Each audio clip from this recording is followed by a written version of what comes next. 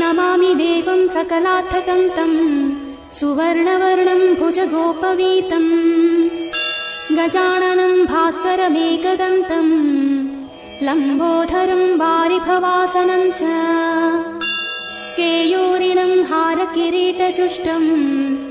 चतुर्भुजं पाशवराभयानि शृणिं च हस्तं गणपन्त्रिनेत्रं सचामरस्त्रीयुगलेन युक्तं